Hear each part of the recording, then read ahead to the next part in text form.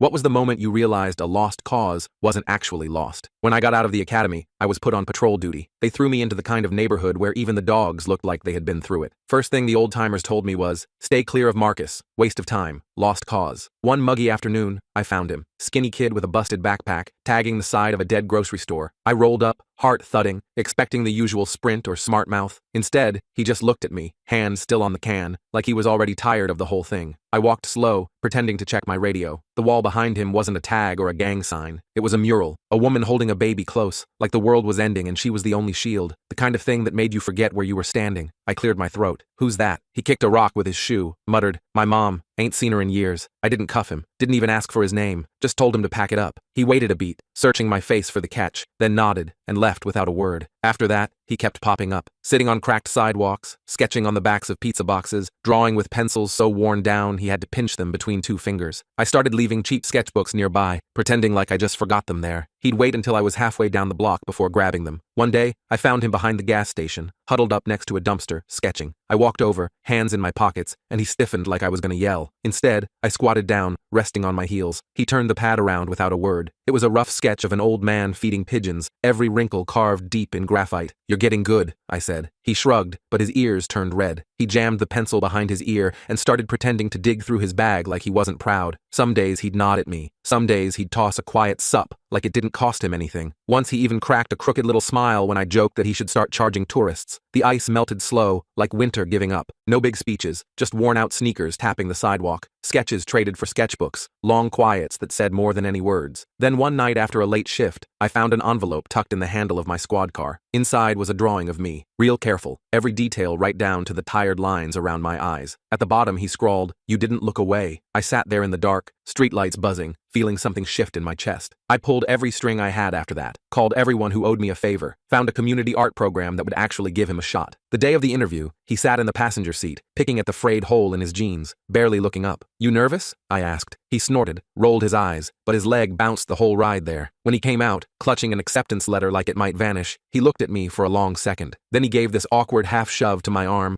like he couldn't quite figure out how to say thanks. Months later, I sat in the back row of a drafty gym, watching him walk across the stage in borrowed clothes 2 sizes too big, grabbing an award for outstanding achievement in the arts. He spotted me, nodded once, serious as anything. I clapped until my palms stung, grinning like an idiot. Sometimes a lost cause is just someone waiting for the right person to stay.